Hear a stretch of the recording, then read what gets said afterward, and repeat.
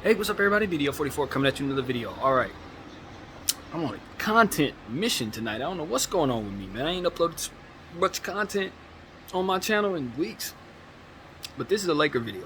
This is a Laker video, even though there's no Laker news right now. I just wanted to get on here and bump my gums, give us something. I believe that it's safe to say that LeBron James is in training mode. Saw footage of him today, getting his body right, getting ready for the new season. He's in the right place. He's getting it going. Um, our team, man, we're going to put together something really, really good this year. We've talked about it at length. Um, the expectations on the team obviously are high. We just came out of the Western Conference Finals. Got a young rookie, Jalen Hood-Schifino, we got with the 16th overall pick. I'm pretty excited. I'm pretty excited, man. We got a nice steal in the draft. A guy by the name of what's our young fella's name? Mine's going blank. Max Lewis, out of Pepperdine. Very excited about the young fella, and we just got a lot of stuff to like. You know, I think the question is going to be just what role everybody's going to play. I think about a guy like Gabe Vincent. He's going to be essentially replacing Dennis Schroeder, although they do very different things. That's more or less supposed to be the minutes he's going to be getting in theory. I'm curious to see what type of player he is as it pertains to playmaking and things of that nature. I don't really know what to expect from him in that way. You know, when it comes down to it, I've seen him hit a lot of jumpers. I've seen him play some defense. But I don't know if you want him to necessarily be your floor general. And we talked about how he said that he believes he could do more floor general stuff than the Miami Heat were ultimately able to showcase him doing. So I'm curious to see if he's going to have any point guard duties or if he'll be strictly a shooting guard. And if so, what will his minutes look like and who would he be taking those minutes from? Because you obviously got to consider all the different guards that we got. It's going to be a lot of guys sitting this year. Or Darvin Ham is going to have a very large regular rotation, which I don't necessarily see happening. So it's going to be some guys that we don't want to see sit, get hardly any minutes. I'm anticipating a guy like Cam Reddish not getting as many minutes as I would want for him to have on this roster unless he comes out the gate blazing. I don't see him getting more than like 15 minutes a night, if that. And that's just unfortunate for where I would like him to be showcased on this team based on what it is that he needs to be able to do to develop into what it is we want him to turn into. So I just don't know if, like, I want Cam on this team, but I don't know if this is the greatest spot for him trying to re-establish his career as a small forward who could do something. I'm not going to say it's a log jam because I like the depth, but it's just that piece I think is probably going to be better for being showcased a little more than what we're probably going to be able to do. I think of a guy like Max Christie. Whose minutes is he going to eat? Who's going to be eating into his minutes? He's a guy who I think can afford to still come off the bench since he didn't play at all last year.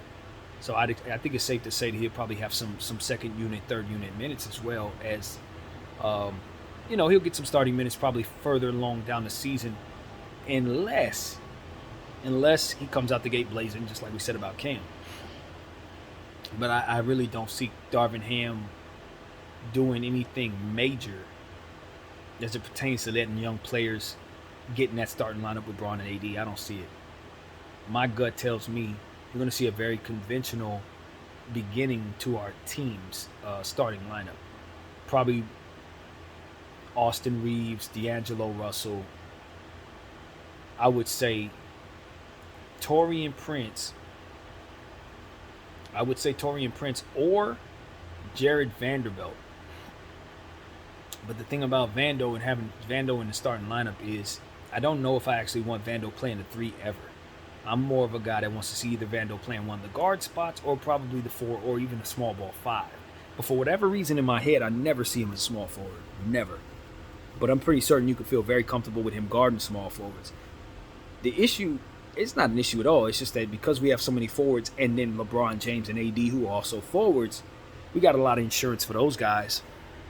But maybe not the best way to showcase the guys underneath them. So load management is going to be a real thing for us with our core throughout pockets of the season to better showcase some of the rest of the talent if we choose to go that route. So I think that's what this team is kind of built for Bron and AD to miss some games regularly, and then that will make the roster make a lot more sense. Believe it or not, it really will. Not to say make more sense, but just the rest of those guys' roles will fit more so what they'll probably want in the league. Um, so that's what I see there, man. It's not a log jam, but because you're going to expect Bron to get about 36 to 40 minutes a night, you probably expect AD to get 42 minutes a night, something like that. You got Rui Hachimura you just paid. He's going to get his money. He's going to get his minutes. Probably like 27, 28 minutes. That kind of thing. So it's like, if we're doing it that way, we do understand that we got some very key guys who probably ain't going to be on the floor very much. And so that's going to be a little tricky for us. Keeping guys engaged, feeling good about what they're doing. I've had this thought on my head, man, that D'Angelo Russell's contract is likely going to get traded, but maybe Rui's too, man. Maybe Rui's too. And this is not me telling you I want to trade Rui. I absolutely don't. I absolutely do not want to trade Rui. But there's a part of me that thinks it's probably going to be him attached to D'Angelo Russell in whatever move is made to make this team whatever it's going to ultimately have to be in order to compete for an NBA championship for LeBron standards. I ain't heard Bron say nothing like this. This is just what the tea leaves have shown us over the years, 20 years of LeBron James. He ain't want to play with no young kids like this. Not like this. Cleveland team had a young squad and they got to the finals after giving away some of the older guys. So maybe that speaks to that possibility if he wanted to play with younger players. Maybe he's changed a little bit about that. But I just feel like there's too many unproven guys for me at my age, which is his age, to want to feel like we don't need a Kyrie Irving or feel like we don't need to make a trade like that to get that next piece to make us ultimately just one of them teams that just can't be beat.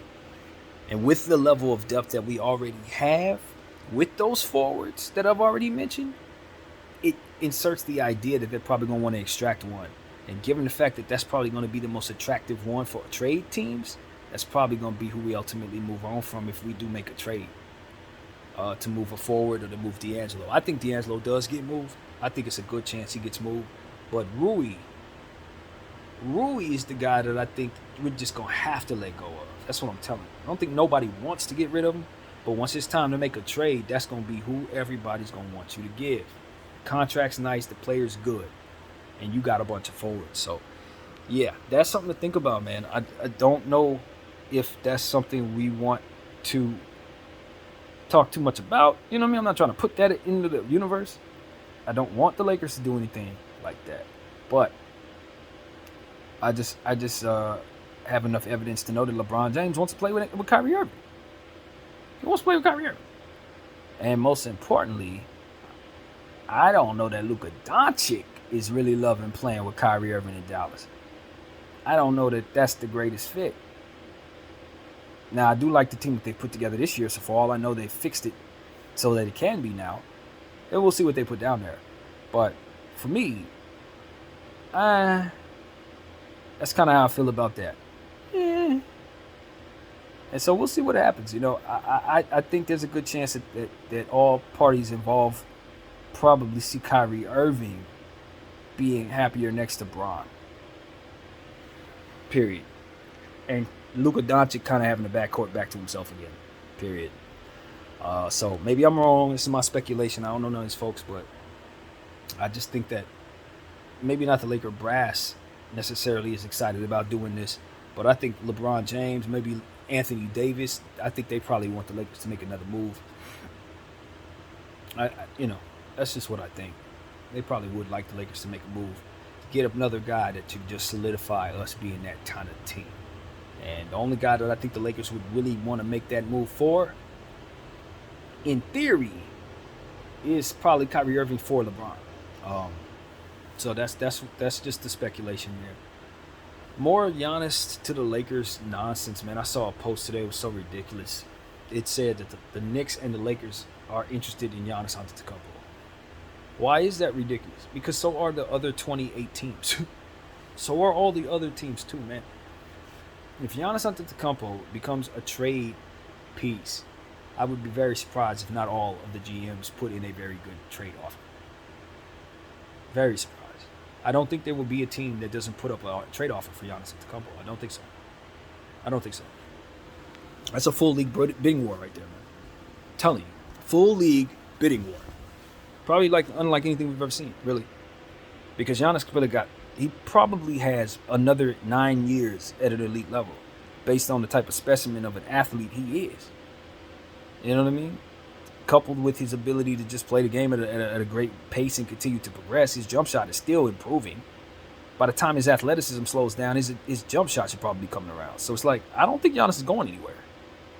I don't think the back injury is something we have to worry too much about, because I watched that man's whole leg bend backwards, knee inward, and he came back and played the rest of them games and scored like 50 points and win a championship. Like, that just Kobe level broken hand type stuff, man.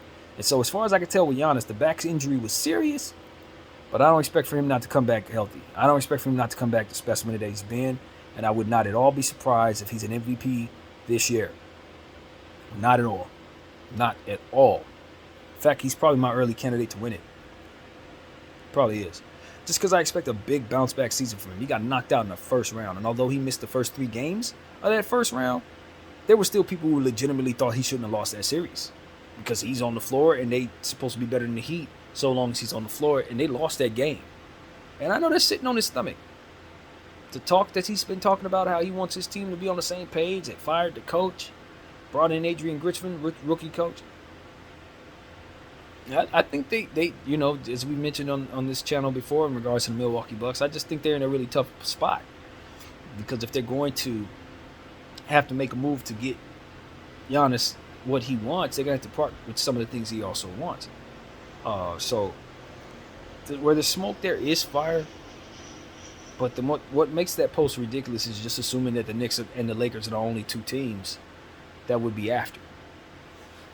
Nah, that's everybody else too, including some international teams and probably some teams in Saudi Arabia that offer him $1 billion to play. It's gonna be everybody wants Giannis. Everybody's gonna be Giannis. So let's get that very, very, very out there. Be clear about that. Do I see the Lakers making any other type of trade other than a Kyrie Irving or a Giannis Antetokounmpo trade with their assets? Maybe. It depends on how they view some of the players that may be available. I think of a guy like Darius Garland. If Darius Garland becomes available and we can get him for D'Angelo Russell and maybe something else, I don't know that the Lakers wouldn't be somewhat interested, but when you draft Jalen Hood-Schifino, that kind of puts a monkey wrench on that a little bit, I think. But I don't expect Jalen to develop into what Garland is. I don't. So that's something to consider, I guess, what type of young player the Lakers may be wanting to get. But honestly, when you talk about our team, it's kind of more about who wants to come to us. That's kind of what it really is in a way. The Lakers can want what they want, but it's really about which one of these superstars is going to demand his way here. That's my thing. It's Giannis or, not Giannis, probably not the greatest example, but could there be a situation where because the Lakers now have a good infrastructure, are finding players like Austin Reeves and Max Lewis and Max Christie and all these different young players that we find out of nowhere in very, very good places, in inexpensive places rather, I think it's a good chance that some of the bigger stars are going to want to play for the Lakers. If we had this type of infrastructure back in the day, and I refer to this a lot, but if we had this type of infrastructure when Carmelo Anthony was trying to go after 115, choosing between us and the Knicks, when LaMarcus Aldridge was trying to choose between us and San Antonio, I firmly believe we would have got both of those players if we have the infrastructure we have right now, with the young players and the assets that are ultimately in place. You get anybody, really. So my thing is, once LeBron James does retire, and I don't know when that's coming, and there's going to be it's going to be a good prediction in my mind to consider that a player may want to come here, may want to force his way out of this situation. I don't want to assume. I just look at certain guys in certain situations and just say, yeah, they could probably get out of there and feel great about coming to the Lakers and being the next star. Anthony Edwards is who comes to mind. That's a guy. With that personality, and coupled with the way that the Minnesota Timberwolves have kind of built that team while he's been there, I don't know that he would want to be there. I'm just gonna be honest with you. I don't know that he would want to be there in the future. Granted, the team is his. You know what I mean? They'll probably strip away everything with but him if he really wants it to be that. I'm pretty sure they would do that. If he go up in there and say, "Look, you either trade everybody or trade me," I'm pretty sure Minnesota would trade everybody. But that's not the point. It's like, does he want to play in Minnesota? Is he learning to love and grow in Minnesota like some of these other guys in their situations? I don't know. I legitimately don't know. I know they've made the playoffs 2 years in a row with him, but I can see a world where he probably want to get the hell out of there, man. And I could definitely see a world where a player like that want to come to a big city like LA. Right around the time LeBron James probably won't want to leave too. So he's somebody I have in mind that probably will want to leave a situation at some point. Um, Other guys too, of course. Other guys in very small markets. I look at a guy like LaMelo Ball is another one that comes to mind. Even though he just signed his massive extension for 260 for I think 5 years, I wouldn't be incredibly shocked if he wants out of there within 2 years. I wouldn't be incredibly shocked. Um, but then there's situations like Pacers situation with Tyrese Halliburton. I could totally see Tyrese Halliburton staying in Indy for the rest of his career. I could totally see that. Because they are putting together good stuff there, and a lot of those things, those players are his age, so they're going to grow together. Walker, um, Mathurin, you just kind of like what they have. So you can see a path where that small market team keeps their stars. Um, situations like, the Detroit Pistons. I don't see anybody leaving that situation unless it's a center, because they do have those two starting centers sitting there. But I don't see anybody leaving that situation. So it's just, just glancing around the league, kind of trying to consider who would want to leave. I don't see Wemby wanting to leave San Antonio unless something bad happens. Because at the end of the day, he looked very excited about being a Spur from the jump. Joel Embiid, yeah, it's time for him to leave Philly, man. I don't know if he's going to be coming west, though. I think if it's up to the Philadelphia 76ers, they probably want to trade him west. But if it's up to him, I'm not sure he'd want to do that. But from what I understand, it's a plus 650 odds from what I read in some random thing that I saw today, that if he leaves Philly, he's coming here to the Lakers. Problem is, I'm not really up for a Joel Embiid, Anthony Davis swap. I'm not up for that. And as you guys know, I'm also not really up for paying two centers $350. I'm not into that. So I'm not the team for Joel if I'm the Lakers. I'm not. Even if he wants to be here. No, I'm not going to be the team that trades LeBron James. Nobody else did it. I'm not doing it. And Philly would be crazy for taking back LeBron at this age for Joel. That's not. I'm sorry, Brian. I'm not going to do that. I'm not telling them that's a good trade. That's a terrible trade, bro. It is. Because at the end of the day, you're only going to play for 5 more minutes. Joel potentially could sign another 5-year contract. So that's where I'm looking with that. I'm just not. It's not about what I think you're going to do this year, bro. It's about how many years you're going to do it. And so that's really what it's about for when you considering Joel Embiid. I don't believe he's even 30 yet. So with that being said, I wouldn't be surprised at all if LeBron James outplays Joel Embiid's career. Would not shock me, and I'm not exaggerating. I'm not kidding. It's just kind of one of those things where LeBron James could very easily just keep this thing going, and Joel Embiid could very easily have another knee injury. Simple. Another reason why I'm not making that trade. It's kind of risky. Joel's kind of risky, to be honest with you. So I don't know. I don't know about him going forward as my starting center for the championship ring dynasty type of building. I don't know if he's that guy. I'm just going to be honest. MVP, amazing player, definitely one of the top guys. If it's up to me, I probably already have him in the Hall of Fame because we shoot people in the Hall of Fame like it ain't nothing. So Joel's already a Hall of Famer in my mind. It doesn't mean I believe that he's the guy that's going to win multiple championships. It doesn't mean that. And I'm telling y'all, my mindset is always on multiple championships as a Laker fan. I don't care for just aiming low. I don't care for that. Give me a dynasty type outlook. Now, if we don't reach that, okay. I mean, that's not, there are other teams that are going to be battling hard. So, they're building just the same. But for us, I'm not interested in getting a championship. One chip out the bag? Nah, I got to grab a whole handful of chips out the bag, man. So that's really how I look at it. And if I don't see you having the traits of somebody that could carry that, I'm not going to want you to take up the most of my cap. You could be on the team for sure, but not being the main draw of the cap money. Hell nah. I need to be able to supplement your absence. I got to be able to supplement whatever it is I don't think you're going to do with other players who can do those things at the price that they're going to need to be paid. So that's my thing with Joel.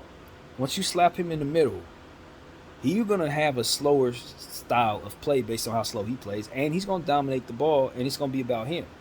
Now, whatever happens around him, hopefully guys can play off of him, but judging from what I've seen in Philly, you know what I mean? And so that's my thing on Joel. I like Joel for a lot of situations.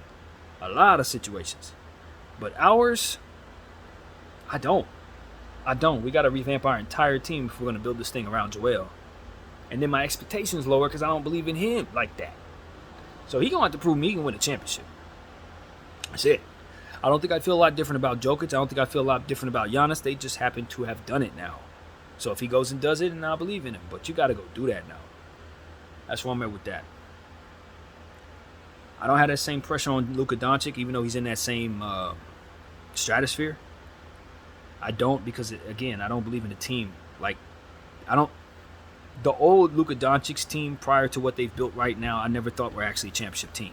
He was absolutely, utterly amazing next to Jalen Brunson, and they overachieved to high hell. That was not a championship team. They just really, really, really played well together, and that sucks. I don't know. My mind just zoomed to something absolutely weird. Is there any chance Luka the Don will want to play in New York with Jalen Brunson? That's random, right? Hell no, he don't want to go to the Knicks in a nutshell. But I'm thinking about strictly the pairing of Jalen Brunson and how they've already been wildly successful so early. I would have never wanted to break that up if I was Luka. I'm just telling you that right now. I would have never wanted any parts of parting ways with Jalen Brunson. Never. Not if I'm Luka the Don. He needs to be next to me the whole time. And so with him skedaddling to New York, and New York having a bunch of assets that they could very well trade for him that'll give them the price tag that Luka Doncic's worth without really breaking their ability to build a championship team with all those picks, Julius Randle's contract, Fournier's contract that they could probably send to a third spot, young players like Grimes and this, that, and the third. If anybody would be able to put together a crazy package for a player of that caliber, the Knicks are the first team that comes to mind for me right now that would be willing to do it. Other teams have more assets, but probably not as quick to do it. OKC, they're probably not as quick to do it. But the Knicks, I'm telling you right now, I'm not a Knicks fan by any stretch of the imagination. But my imagination is dreaming of a world where Luka Don leaves Mark Cuban and comes to New York and saves the Knicks and gives them their first championship. I ain't heard nobody else say this. I don't think there's a whole lot of evidence of this anywhere. I'm not telling you he's better. None of this is what is real. I'm just coming up with something. But I'm telling y'all, I would have never broke them up. Would have never did that. And I don't think the Dallas Mavericks had a choice. Jalen was going to go follow his dad to the Knicks. So with that being said, is there a world where Luka the Don want to go to the Knicks? I know this is supposed to be a Laker video, but I don't care. You guys know I don't care. I'm going to talk about whatever I want. So that's where my head goes. If I'm Luka the Don, I'm going to give this Kyrie Irving experiment another try. We got defensive players now, so it shouldn't be the worst thing in the world this go round. But I don't love that if I'm Luka. I don't love trying to be the successor to Dirk Nowitzki. I don't care for that. Did you see the numbers Luka put up today in the World Games? He had like 35 points, some 10 assists, something like that. This dude is one of the very, very best players in the world. And Dallas, to me, is a nice franchise. You feel me? They got championship caliber history. They've won. But I'm not sure they know how to build a champion right now. I don't know. I think they're in a space where they have a nice team. Like I said, if everything pops the way it's supposed to with the players that they put together, Lively, the young player Max Prosper, I like it. I like it a lot, actually. I think they've done a fantastic job in their offseason. I really do. Trading Reggie Bullock, I thought it was good. But is it championship good? Can they beat the Suns? Can they beat the Lakers? Can they beat the Kings? Can they beat Denver? I don't think they win any of those series. I don't think they win any of those series. And so what I'm telling you is this. I don't know if Luka Doncic wants to move forward with the Mavericks for the rest of his career. I don't know. Now, the amount of money that the Mavericks can pay him obviously is something that you want to sign. But that ain't got nothing to do with him going forward with the Knicks. I mean, with the Mavericks. You sign that contract and you get traded. You know what I'm saying? So it's like, I ain't trying to put that out there for Mavericks fans to be devastated over the thought of something like this. But at the end of the day, man, Jalen Brunson should be a Maverick. By hook or crook, they should have paid him midway through the season all 100 and whatever the heck he wanted. And they didn't identify he was that kind of guy. And now he's going to go forward in New York. And potentially, if my brain is detecting any chance of this, potentially could be the draw that gets Luka out of your situation. Didn't think of that, did you? I don't know, man. They should have paid Jalen Brunson when they had a chance. They should have paid him what he wanted right away. And it was a discount for what it is. I understand it was only like $106 million, which at the time looked crazy. But now you zoom to where he's at, it's like, nah, that's a great contract. You wish you had that on the books if you're the Mavericks. So, when you look at decisions like that, and you see they bring him Kyrie Irving, which ain't a great fit, and all the other stuff that may have to do with Kai. If you're Luka and you're trying to be the best and you're trying to put yourself in a position to win a championship, Kyrie can help Braun win a championship. But can he help Luka, who don't necessarily play the same? Well, that's not the thing. Can he get a championship with Luka Doncic in Dallas the way this team has been constructed, with their asset class and everything that they have? And the answer is probably not, man. Probably not. They were hoping Kyrie Irving can come in and be more or less Jalen Brunson. Kyrie's going to be Kyrie. He's better than Jalen Brunson. But it's not the same dynamic. It's not the same dynamic. And so that's what I got to say, man. I don't know about that experiment. I don't know about that. In fact, I'm poised for it to not necessarily be the greatest. And if that's the case, you're going to start hearing rumors about people moving out of the Mavericks. That's what I think. I don't think they can afford to have another bad season. I don't think so. Especially if he's going to go off and average like 35 points like he's capable of doing. If they still losing and he's going off in big numbers and goes off for an MVP-like season and they don't get out of the first round, I think you're going to start hearing stuff. I don't see him moving this season. But 2024, summer 2024, if they have a bad season, them rumors going to start popping off like I'm anticipating them doing now. And if you think him to the Knicks ain't going to be a thing, trust me, Stephen A's going to think of that. I just happened to be on it a little earlier today. At random, too. But I'm telling you, Luka Doncic to New York, I'm predicting will become a thing. It's going to become a thing. Because if I'm Jalen Brunson, I'm trying to get him here. Forget all that. I'm going to try to get him here. And guess who's from Dallas? Julius Randle. That's all I got. That's all I have to say. Ain't nothing else to it. That's all I got to say about that. This ain't nothing real. I ain't heard no official people say this. I don't know any agents. I don't know any players. I don't know no coaches. I don't know no ball boys. I don't know nothing. I know myself. And I know what stuff looks like. And I know where people are from. And I know, you know what I'm saying? That kind of thing. And I'm telling you. Luka Doncic to New York for for Julius Randle and picks will become a thing sometime within the next year. So that's my thought on that. And that's pretty much it.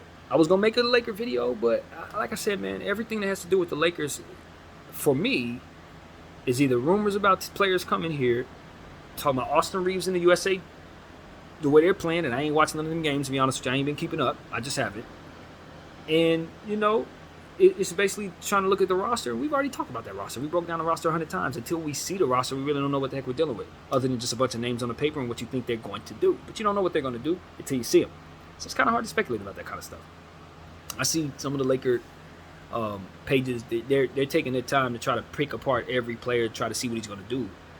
But it's not about what that player is going to do. It's about what Darvin Ham's going to ask him to do. That player can do a lot of different things in a lot of different systems, but that ain't the system he's going to be in. He's going to be in a small ball Darvin Ham system. So I kind of have different expectations for what players are going to do here than what they would do, say, in random anywhere else. It's all about Darvin and what he thinks, man. And there were many, many times last year where I had bad things to say about them rotations. You know, that's all I'm gonna say about that. So hopefully we can get some real improvement there. I thought we saw great improvement in the playoffs. I thought the rotations were much better in the playoffs. So I'll just bring up this. He comes from the Budenholzer tree. And as we've surmised on this channel, Budenholzer likes to throw in monkey wrenches in a lot of things. He wants to use misdirection. He wants to make it look like things are out of control with the roster, make it look like team looks worse than it is, only to then spring like a death lineup on you on a random matchup against you. You think you beat us the last 2 times. The third time, you're probably going to get blown out by 40 because we did all types of stuff that you ain't ready for. Kind of rock you to sleep, so to speak. I think Darvin kind of adapted to that way of doing things. And if that's what you're going to see, then you're going to be mad at the lineups. You're going to be mad at them rotations a lot this year. So I'm just poised for that. I am. I'm poised for that. But at the end of the day, Darvin Ham got to the Western Conference Finals in his rookie season. That ain't nothing minor. However we got there, however many mistakes and things that we thought was stupid that led us to that moment, however many superstars we got on the team, it's 2 of them for sure. But at the end of the day, he got to the Western Conference Finals in his rookie season. The results were great. The path, not so great. We got there, man. And he definitely earned himself another season with the Lakers. So I'm pretty excited about my squad. Minus all those rumors about superstars coming here. And I'm excited about LeBron James being in the lab, working on his body. You know what I'm saying? It is what it is. We're older now. So we have to eat better. We got to work out more. We got to rest. It takes longer to recover. And that's just what it is. So I know what LeBron's dealing with to a degree, even though he's a specimen and I am not. At the end of the day, 1984, man. That's at the end of the day. 1984. So it's going to be on LeBron James to put some of the stuff that he's eating away. And that's all I got to say. He's been eating well. No, bro. We gotta go super vegan now. At this age, 80 game schedule plus playoffs, and you still gotta be the guy. We gotta adjust that diet, bro. I'm gonna tell y'all something that I didn't say in the last video. It was looking at LeBron James that ultimately had me thinking about them foods, the processed foods. My chubby little face, I was telling you on the last video, was looking at him. I know he's been eating well. I can tell. He's in the right place though. He's working out, so that's all I care about. As long as he's willing to offset whatever he's eating with them hardcore workouts that he's normally going to do, then I think it'll make up for him. But you got to be careful. You just got to be careful at this age. Our body don't, it's going to react to the worst of the food more likely than it ever would have been before and going forward even more. So I'm just saying. Braun looked good, but he didn't look great. And he's going to look great because he's working out. But I can tell the meal's been better. The meal's been better, baby. I know it. So I just want to say, it gets to a point where guys just want to retire and eat good, man. You're a billionaire. You've been taking care of your body, pouring $2-3 million into your body every season. You don't do that no more. I don't blame him. You get tired of that. You got championships. You ain't got nothing to prove. You're the greatest player ever, arguably. And then it's going to be people who ain't never going to put you ahead of them because of all different stuff. At the end of the day, I think LeBron James is in a space where maybe he feels like he couldn't slow down a little bit. I can also see him changing that somewhere down the road and getting back to his old self and losing a lot of weight and then suddenly sprinting around and being even more spry than he was last year, 2 years from now. None of that would surprise me at all. In fact, I think it's reasonable to actually think something like that's going to happen. It's another reason why I ain't trading LeBron James for Joel Embiid. I ain't certain he don't go to Philly and then has a resurgence.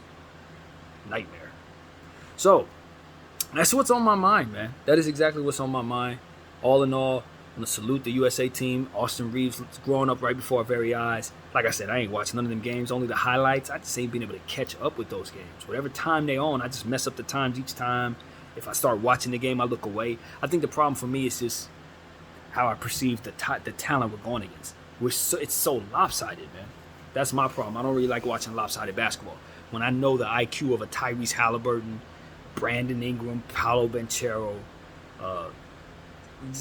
Austin, Brunson, it's just too much good on the floor at once for most of the competition that we're seeing in the world, man. And that's just what it is. So my thing is kind of wake me up when Luka's on the floor. That's where I'm at with it. But that's what I gotta say, man. I hope everybody's enjoyed all this content I left for you. I haven't listened to most of it, so I'm gonna sit here and listen to all of these videos that I've put on this channel over the last couple hours. And I hope everybody's enjoying themselves. That's pretty much what I gotta say, man. BDL44. I thank you all for watching. I'm out.